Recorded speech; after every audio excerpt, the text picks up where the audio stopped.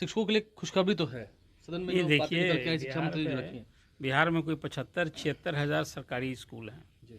और 5.5 लाख शिक्षक हैं। अभी सरकार ने ही कहा है कि बिहार में 4 कैटेगरी के शिक्षक हैं। उसमें सर्वाधिक जो 15 साल 18 साल से काम कर रहे हैं नियोजित शिक्षक हैं। लालू जी के ज़माने में तो 1500 रुपये मासिक पर शिक्षा मित्र बहाल हुए थे और नीतीश जी जब पावर में आए तो उन्होंने पहले कहा कि डिग्री लाओ नौकरी पाओ। ये बृषेंद्र पटेल के शिक्षा मंत्रित्व काल की बात मैं कर रहा हूँ। अब बाद में सभी नियोजित शिक्षक हो गए। अब आज तो नियोजित शिक्षकों को 35,000 से 55,000 60,000 रुपये वेतन मिल रहे हैं। अब इन लोगों की कई मांगे थी, उसमें सबसे पहली मांग थी कि सरकारी कर्मी का दर्जा दीजिए और बिना शर्त सरकारी कर्मी का दर्जा दीजिए। नीतीश कुमार ने ये बात नहीं मानी। शिक्षक संगठनों की दुकानदारी तो चलती रही, लेकिन शिक्षक जैसे सरकार चाहिए वैसे मानने के लिए तैयार हुई, इसलिए कि उन्हें नौकरी करनी थी। तो पहले तो बीपीएससी से शिक्षकों की बहाली हुई, नियोजित शिक्षकों ने बहिष्कार करने की बात की, फिर भी 60,000 नियोजित शिक्षक परीक्षा में बैठे और 28,000 अध्यापक बन गए बीपीएससी से। लेकिन उनकी मांग अपनी जगह अभी बनी हुई है। अब सरकार ने कहा एक ट्रांसफ़र पोस्टिंग की पॉलिसी लाई, कहा कि भाई शिक्षक लोग अपने घर में रहकर पढ़ाते हैं तो ये पढ़ाने वाले नहीं हैं, इन सबको घर के दूर से हम रखेंगे। ऐसी नीति लाई कि भाई महिला शिक्षक गृह पंचायत से बाहर, पुरुष शिक्षक गृह अनुमंडल से बाहर। इसका शिक्षकों ने भारी विरोध किया।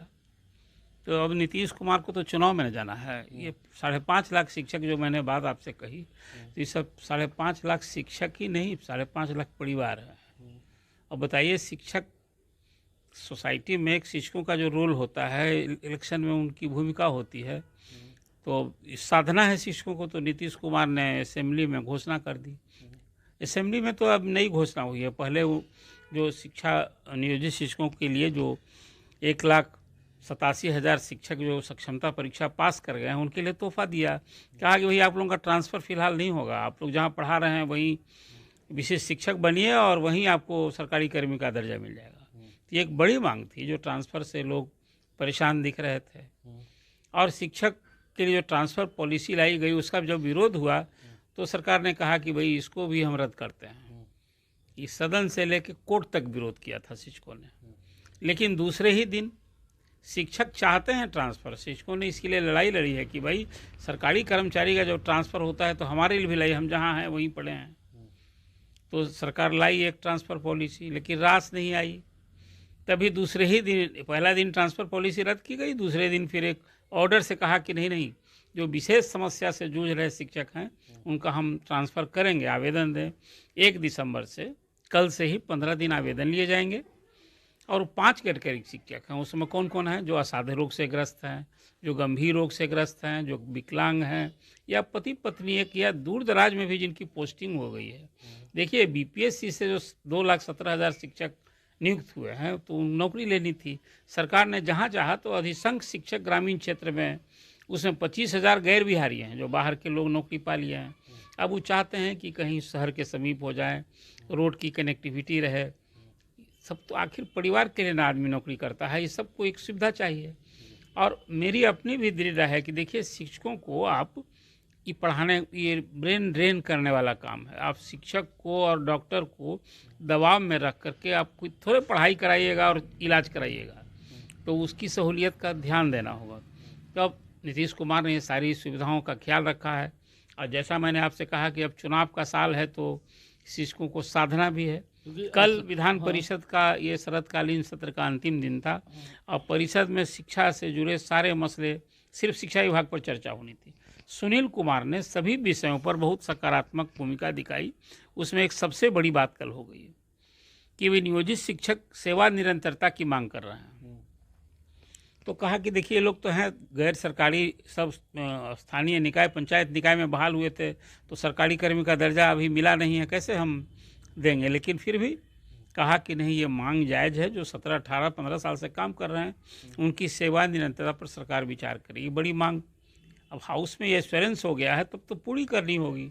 फिर महिला शिक्षकों के लिए भी कहा कि जो मातृत्व अवकाश मिलता है, अब उनको जब लौट कर आती हैं तो वेतन बकाया हो जाता है। एक तो कहा कि दिसंबर में ही सारा जिन मातृत्व अवकाश के बकाया वेतन का भुगतान होगा और सरकार ऐसी व्यवस्था करेगी कि अवकाश के दौरान उनका वेतन नहीं रुके ये तो हैरानी भी जताई और कहा कि बिल्कुल उचित मांग है। तो जितनी मांगे शिक्षकों को हुई सब मांग पूरी करने के लिए भरोसा दिलाया, आश्वासन दिया। लेकिन एक सवाल है, अब मुख्यमंत्री ने तो घोषणा की पब्लिक मीटिंग में कि भाई अब ट्रांसफ़र नहीं होगा, आप लोग जहाँ हैं, लेकिन आदेश न चाहिए, इंतज़ार चाहिए। मुख्यमंत्री तो कभी घोषणा कर दिए थे हाउस में फरवरी में कि स्कूल होगा 10 से 4, हुआ क्या? पूरे साल बीत गए, नवंबर महीने में अभी जब सत्र शुरू होना था तो 9:30 से 4 का अभी एक ऑर्डर निकला है। अब फिर क्या शिक्षकों को लंबा इंतज़ार करना होगा?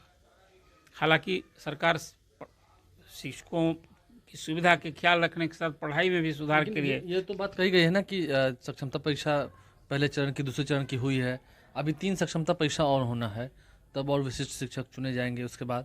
तो मतलब 5 मौके मिलने थे। तो आपको लगता है कि कहीं ना कहीं अभी तो देरी है, इस साल चुनावी वर्ष में तो कोई ट्रांसफर पोस्टिंग वाली बात होनी नहीं, क्योंकि ऐच्छिक ट्रांसफर की तो बात अभी आपने की ही है। ये ऐच्छिक ट्रांसफ़र तो वही मैंने कहा कि विशेष समस्या के लेकर ऐच्छिक ट्रांसफ़र हो रहा है। कल एक और खुशखबरी की बात आई कि 1,47,000 शिक्षकों का कल सबको जो नौकरी मिलनी है उसमें 38,000 प्रधान शिक्षक हैं, 6,000 हेडमास्टर हैं, 85,000 जो Tier 3 में बहाल होने जा रहे हैं नए शिक्षक हैं, और फिर जो सक्षमता उत्तीर्ण शिक्षक हैं 65,000।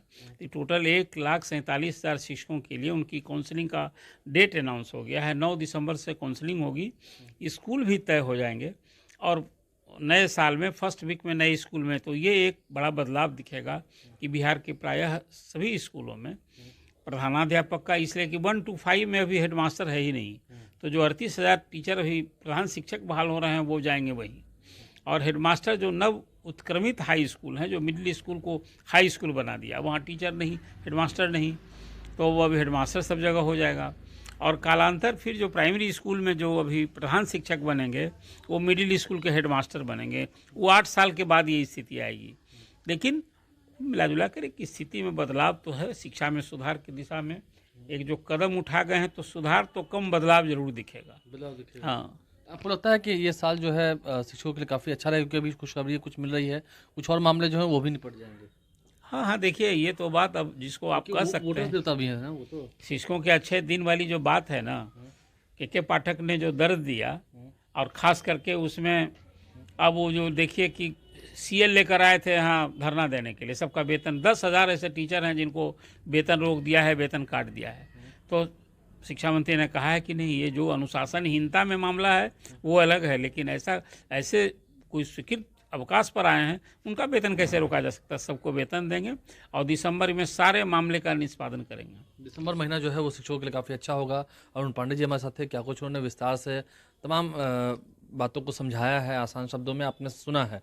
शिक्षकों को खुशखबरी तो सरकार दे रही है, शिक्षकों के लिए बेहतर काम भी किए जा रहे हैं। अब देखना होगा, ये चुनावी वर्ष है, अभी शिक्षकों को तकलीफ देने की ज़रूरत तो खैर